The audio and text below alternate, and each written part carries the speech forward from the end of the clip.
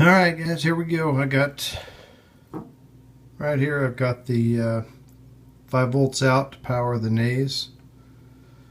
I got my video camera and transmitter, and I got some hot glue on each one of those connections, so when I turn this upside down and put it on the on the posts, they'll stay connected. Then here's how I got my ESCs connected. These are Rotor Geeks 20s, RG20, 20 amp with BL Heli and ready to go, flashed with the latest firmware. I think it's, I don't remember what it is, 14 or something like that. And then here's how I got them all soldered together. So this is what it looks like when I put it on the frame.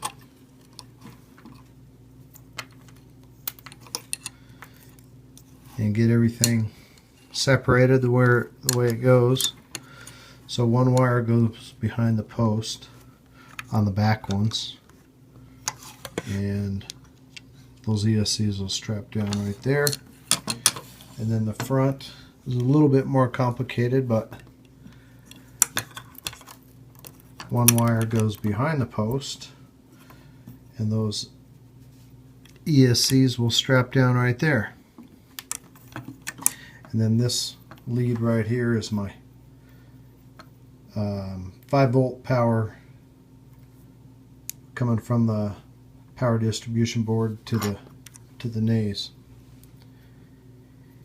And then I think I determined I'm going to put this nays on here just like this, and then this will connect.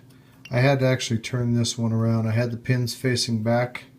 Had to pull it out and turn them so they'll face forward so I could actually get that connected to power the nays with 5 volts. And so I guess the next phase is going to be getting the motors mounted, motor wires cut and soldered to the ESCs, and then I got to remember to put my heat shrink over that before I solder the motors to it, and then I'll heat shrink it and zip tie them to the arms. So I think it came out okay. Sure is tight. Actually, let me show you this. Before I put the power or the what do you call it?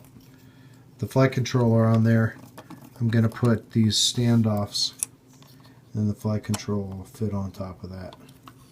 So I'll have a pretty good clearance between the bottom of the flight controller and the top of the power distribution block.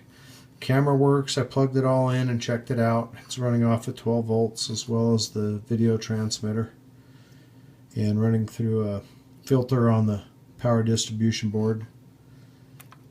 And then 5 volts coming out of the front of the board right up in here. There's a 12 volt pad and a 5 volt pad, but that 5 volt pad will be running power to the power distribution board. And then of course off the power off of the flight controller, the power will come off of this and power the receiver, which I need to make a lead for that. So that's like the last lead that I've got to build, and this thing will be wired after I get the motors soldered to the ESC. So that's where I'm going next.